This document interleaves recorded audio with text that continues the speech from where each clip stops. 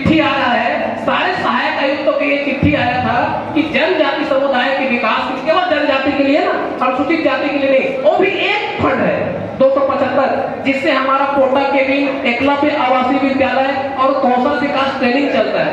तो जनजाति के विकास के लिए कौन कौन से क्षेत्र में कितना पैसा चाहिए, ये भारत सरकार जानकारी मांगी है। हमको किसी को पता नहीं है कि विभाग वाले अपने मन के बना के अभी 3 बार चिट्ठी देने के बाद भेजे। हम चाहते हैं कि इस सब में हमारे कंवर समाज का दखल हो, हमारे गौड़ समुदाय का दखल हो। ये 40,000 पैसा राज्य का नहीं है भाई, हमारा है। हमारा इसलिए है क्योंकि हमने 267 रियासत को हजारों करोड़ एकड़ जमीन सरकार को दी है। क्या आप हमें नहीं दे सकते हैं तो सारा जमीन हमको वापस कर दीजिए भाई, हम काहे आपसे लड़ेंगे। तो हम ये चाहते हैं, आज इस सामाजिक में बहुत ही अच्छे अवसर की बात है कि आज मैं यहाँ पर उपस्थित हूँ यह बताने के लिए, और ये सब बात ऑन रिकॉर्ड है, लेकिन हमारे लोगों को पता नहीं है। तो ये गांठ बांध लीजिए कि राज्य सरकार जो बजट बनाती है उसमें आरक्षण हमको 32% मिलेगा ही नौकरी में, लेकिन बजट भी 32% मिलेगा, और अभी मिल रहा है 23%। अभी मिल रहा है 23%।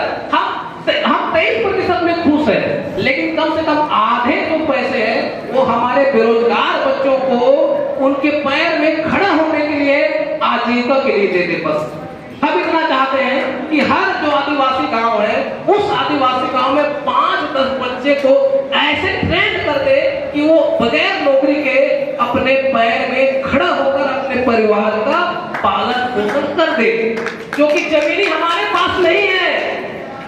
कौन से आदिवासी परिवार के पास 100 एकड़ जमीन है, बता दीजिए। प्रीत मोहन अग्रवाल का 5,000 एकड़ जमीन है। हमारे मेरे ख्याल से हमारे विष्णुदेव साय जी का भी 100 एकड़ जमीन नहीं होगा। भले हमारे राज्य के मुख्यमंत्री अभी तो बने हैं, मुख्यमंत्री अभी तो बने हैं, वो भी जमीनी संघर्ष करके यहाँ तक पहुंचे हैं, उनके पास भी 500-600 एकड़ जमीन नहीं होगा। किसी हमारे जनजाति परिवार के पास इतनी सारी जमीन नहीं है। तो साथियों, मैं इतना ही निवेदन करने आया हूँ, हमारे पास केवल एक ही चीज है और जिसके आधार पर हम डंके की चोट में बात कर सकते हैं, वो भारत का संविधान। भारत के संविधान को पढ़िए और भारत के संविधान के 2 अनुच्छेद, एक बजट की बात और दूसरी नौकरी में आरक्षण की बात, इसको हमको लेना ही है। हम 1.5 साल से इस सरकार में घूम रहे हैं, 5 साल से पिछले सरकार में गए, हमको सब सरकार बजा के जा रहे हैं भाई। हमको ऐसा लग रहा है कि हम जनजाति वर्ग के लोग बजाने के लिए बने हुए हैं। 5 साल पिछली सरकार हमको बजाया और अभी ये भी। हम किसी सरकार का विरोध नहीं कर रहे हैं, हमारी पीड़ा है।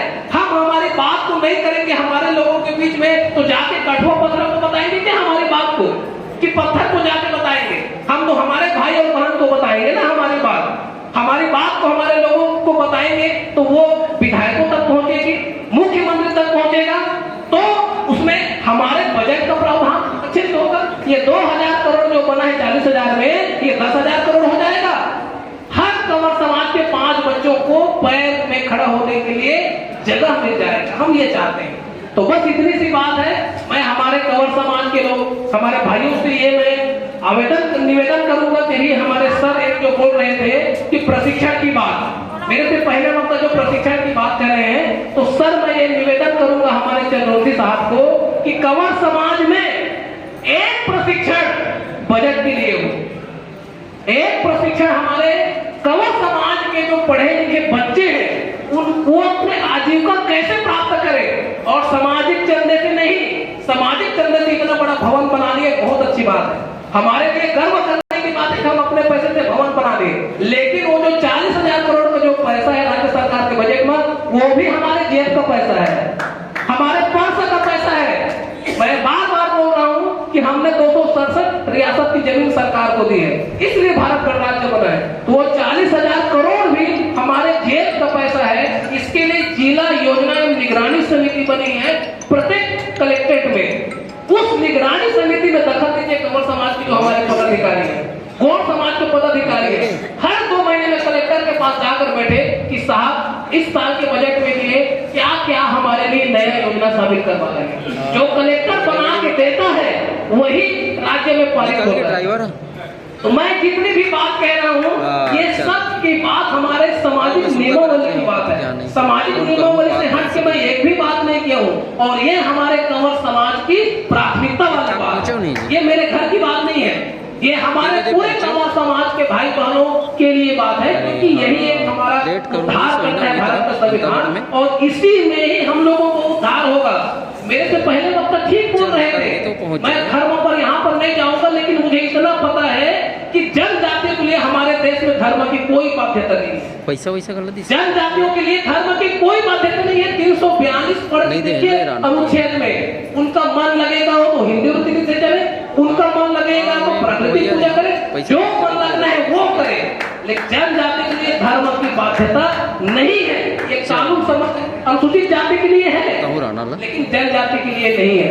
तो हमको धर्म के ज्यादा पचड़े में पड़ना भी नहीं है। हमको तो ये करना है कि हमारे बच्चे कैसे डॉक्टर बने, हमारे बच्चे कैसे इंजीनियर बने, हमारे बच्चे कैसे बड़े बड़े अफसर बने, इसमें हमको ध्यान देना है। क्योंकि बाबा साहब ने कहा था शिक्षा वह शरीर का जो दूध है जो पिएगा वो दहाड़ेगा। इसलिए हमारे बच्चों को ये धर्म वर्म के लफड़े में बिल्कुल नहीं पढ़ने देना है। मेरा करबद्ध प्रार्थना है हमारे कंवर समाज के लोगों से, ये धर्म का झंडा उठाने गडकरी का बेटा जाए, अमित शाह का बेटा जाए, नरेंद्र मोदी का बेटा जाए, हमारे चंद्रशेखर का बेटा क्यों जाएगा भाई? हमने ठेका लेके है कि धर्म को बचाने का? हम नहीं जाएंगे भाई। हमारे बच्चे यूक्रेन जाएंगे, इंग्लैंड जाएंगे, पढ़ने जाएंगे भाई, हमारे बच्चे स्कूल जाएंगे।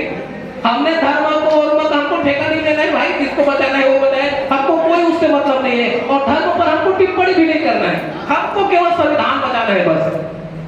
संविधान बचेगा, पदोन्नति में आरक्षण बढ़ेगा, हम अधिकारी बनेंगे, हमारे नया पद खाली होगा, बजट में हमारा हिस्सा होगा, तो हर गांव से 10 लोग हमारे रोजगार प्राप्त करेंगे, माता पिता की जिंदगी बढ़िया कटेगा, हमारे बच्चे अपने पैर में खड़ा होंगे और अपने बच्चे को सहायक बनाएंगे।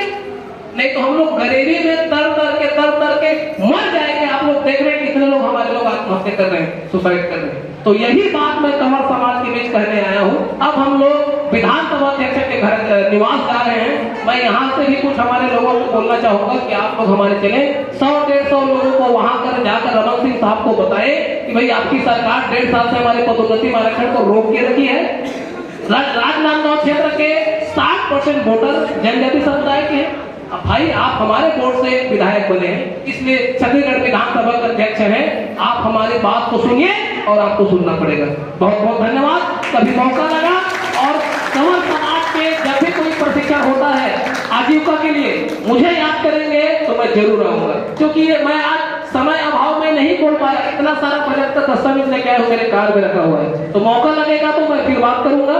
बहुत बहुत धन्यवाद। सेवा जोहार, सबको जय भीम।